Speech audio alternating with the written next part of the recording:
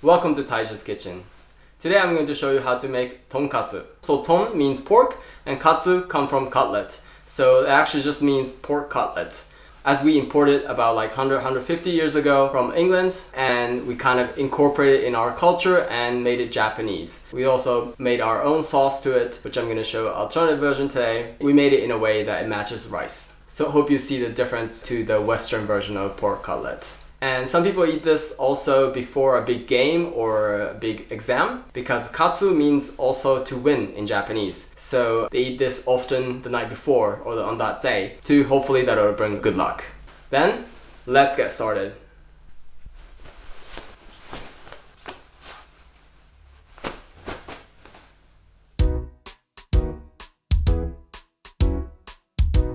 Here are the ingredients for tonkatsu. So I have here regular cutlet meat and fillet. So they both taste very good and they have slightly different taste and they both match tonkatsu very well. I also have 2 slices so that I can use one for the next dish, which is Katsu-don. For the breading, I have panko. If you can find panko, it's great. If you can't, today I'm also going to show you how to make panko out of a regular bread. And then for the seasoning, salt and pepper and just regular frying oil. For the side, I have cabbage. You don't have to have this, but it's just common in Japan. Next to tonkatsu, we have sliced cabbage. And then for the sauce, ideally you want to have what's called tonkatsu sauce, a sauce made primarily for tonkatsu. But if you don't have that, I'm going to show you how to make an alternative version with ketchup, Worcestershire sauce, soy sauce, vinegar, and sugar. We also commonly have mustard on the side. Just give it a little kick to it. This is Japanese mustard, but if you don't have access to this, you can also use regular Western mustard. But it tends to lack a little bit of spiciness and tends to be a little bit too sour. But if you don't have these kind of Japanese mustard, then you can of course use regular Western mustard. Next, we're gonna make the alternative of tonkatsu sauce. So I'm gonna start with ketchup. You're gonna put 3 tablespoons of ketchup. 1, 2, and 3.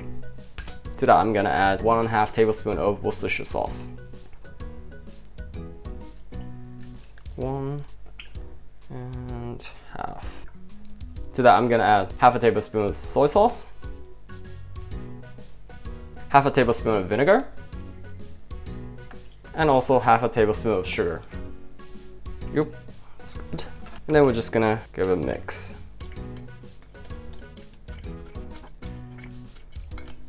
So I'm gonna have a little taste. It's good. So I'm gonna have to let it sit for a while so that the sugar dissolves, but it tastes already good. So let's make the breadcrumbs. I'm going to use this part of the grinder. If you use this side of the grinder, the breadcrumbs is gonna be too small. So I like using this side. Take a bread and then you're just gonna grind it right here.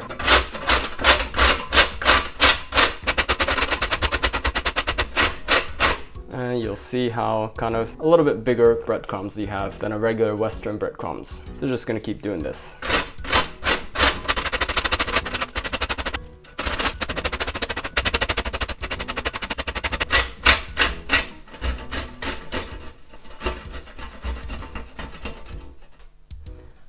So one bread is finished. I don't think this is gonna be enough, so I'm gonna do another bread.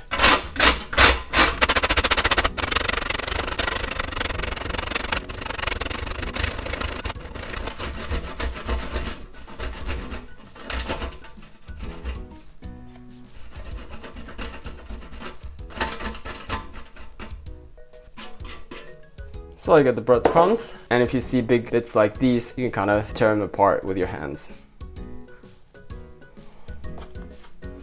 This is pretty much finished for the breadcrumbs, but I like to let it go through a strainer because they tend to have very small powdery pieces, and these pieces are going to burn when you fry them.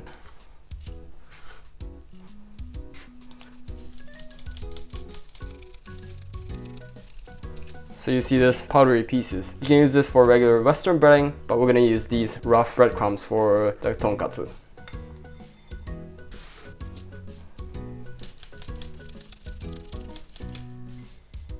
So that's finished for the breadcrumbs. Next, we're gonna slice the cabbage. So I think today it's gonna be enough. 2 leaves of cabbage. We're gonna use 3. So I'm not doing a good job on this, but it's gonna taste still the same. I'm gonna take the stem of the cabbage because it's a bit too hard, but I'm not gonna throw this away. I'm gonna use it for some other cooking, like miso soup or something.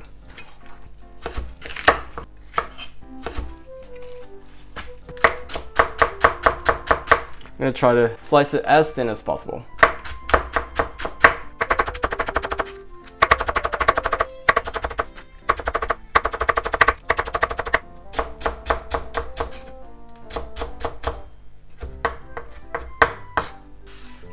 If you have one of those slices that they sell in the commercials, then use that. It's much easier.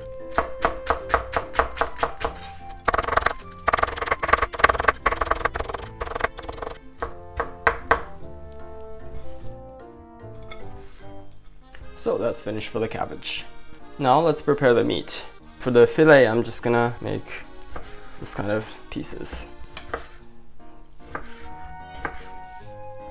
And then the loin, I don't need to do anything. I'm gonna sprinkle lightly salt and pepper.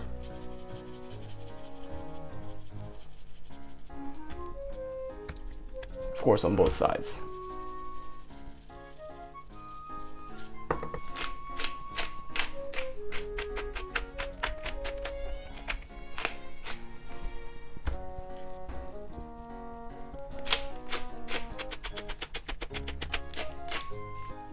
Let's coat the meat with breading. So the breading process is pretty much the same with any other cutlet. Here in the first plate, we're gonna put in all-purpose flour. In the second bowl, we're gonna put in egg.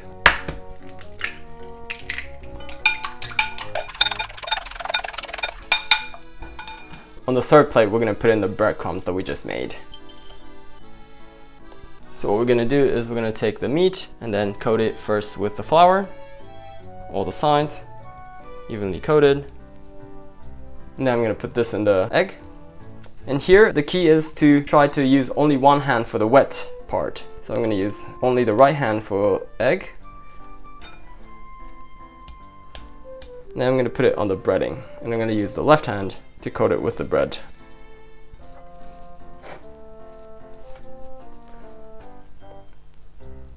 And this is good coated. We're gonna do the same thing. Coat it with flour. And dip it in egg all around. And then the breading.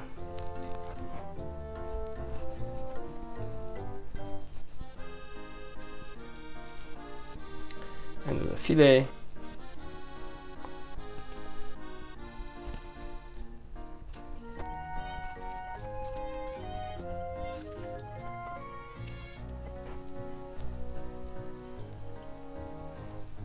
So this is finished coating with the bread. As you see, my hands are pretty clean. Let's fry the tonkatsu. In a pan, I'm gonna put some frying oil.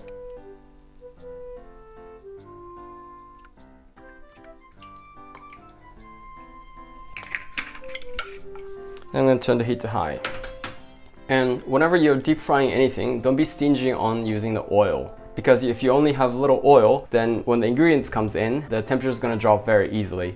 Then you're gonna end up very oily. But if you have a lot of oil, when the cold ingredients comes in, the temperature doesn't drop that much. So for the fillet, I'm going to fry this with 200 degrees because it's small and pretty thin. But for the big piece, I'm gonna fry twice. So I'm gonna first fry with about 170 or 180 degrees and then let it sit for a couple minutes. And then I'm gonna deep fry again with 200 or 210 or 20 degrees so that you end up with very crunchy crust. So it's reaching 170 or so right now. If you don't have a thermometer, you can just put in a little breadcrumb like this and then, yeah, like that. So then we're gonna put in the loin.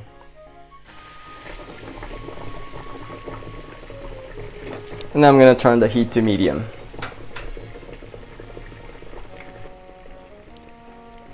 So I'm gonna turn to the other side. Kinda wanna turn a couple times, because the heat comes only from the bottom. So this has been in the oil for about 2 minutes now. I'm gonna take it off for a little bit and let it rest and let it cook on its own heat. Now I'm gonna put in the second bread.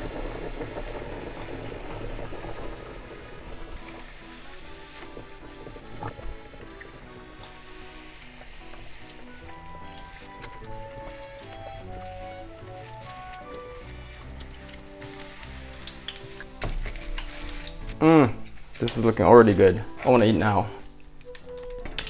So it's very important to take away these small bits, otherwise it's going to get burnt and your oil is going to turn black, and whatever you're going to fry with it, it's going to be black. I'm going to put in the fillet. Oh, it sounds good. Whenever you're going to put in something in oil, you want to always put in away from you, because if you're going to put it towards you, then it's going to splash to you and you're going to burn yourself. But if you go away from you like this, and then even if it splashes on the other side.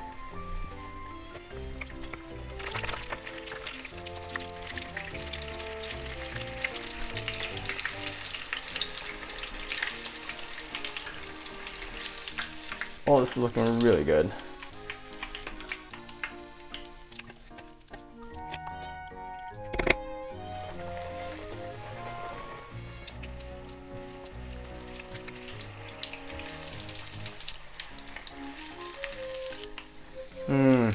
So the oil is about 200 degrees now. I'm gonna put in the loin to just make the crust very crispy. Just for a very short amount of time, under a minute.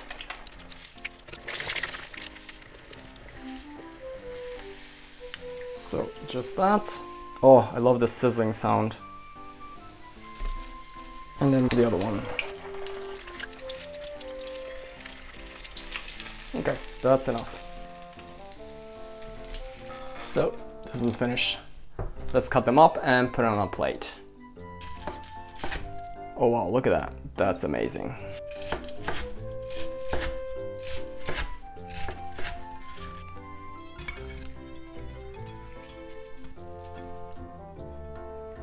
This is finished. Let's eat.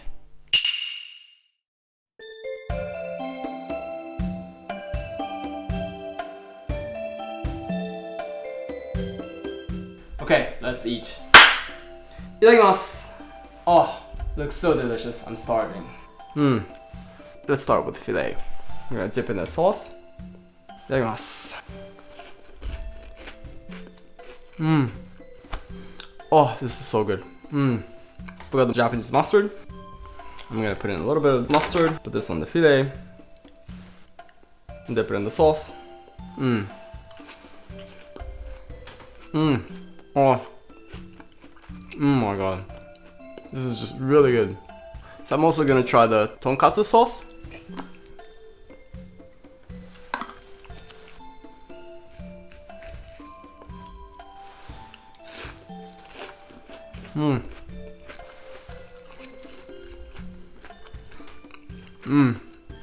I do have to say the tonkatsu sauce matches the tonkatsu much better, but the alternative sauce is doing a good job as well. Not bad. And then let's eat the loin with the rice.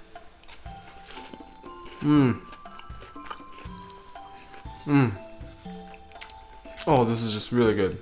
Juicy pork meat is covered with this crunchy crust of the breadcrumbs, and then to that comes this tonkatsu sauce, and that just kind of rounds up everything, and to that there's a little punch from the mustard, and just all in the one harmony. Oh, this is just really delicious.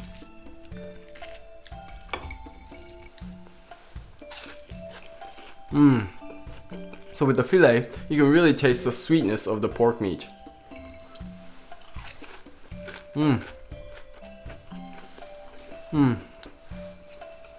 This harmony of tonkatsu and the tonkatsu sauce with the rice is also perfect. So the cutlet originated from England, but Japanese just kind of made it in their own way with this tonkatsu sauce and just matches rice perfectly.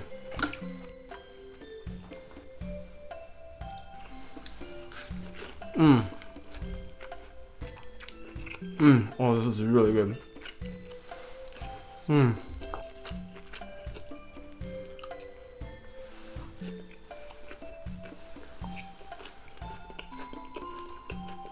So if you go to a tonkatsu restaurant, so in Japan there are restaurants that primarily serves tonkatsu, and sometimes they have extra dressing for the cabbage, but most people put tonkatsu sauce over the cabbage, and that's also really good.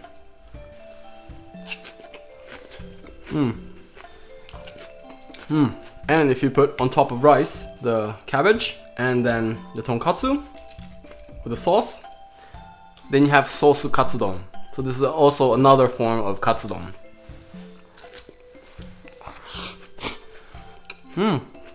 So this is also a great mix.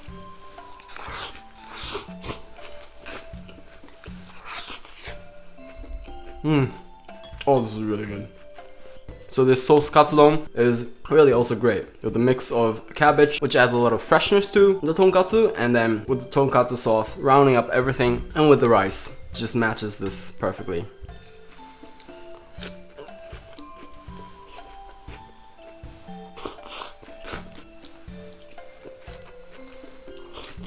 Oh, this is totally savory. ごちそうさまでした. Oh, that was really delicious. I'm totally full. As you saw, this is not so easy to make, and I don't make this so often because it does take a little bit of work, but it is definitely worth the effort, and I hope you try it yourself at home. If you like what you saw, please subscribe, and I look forward to see you in the next video. Bye!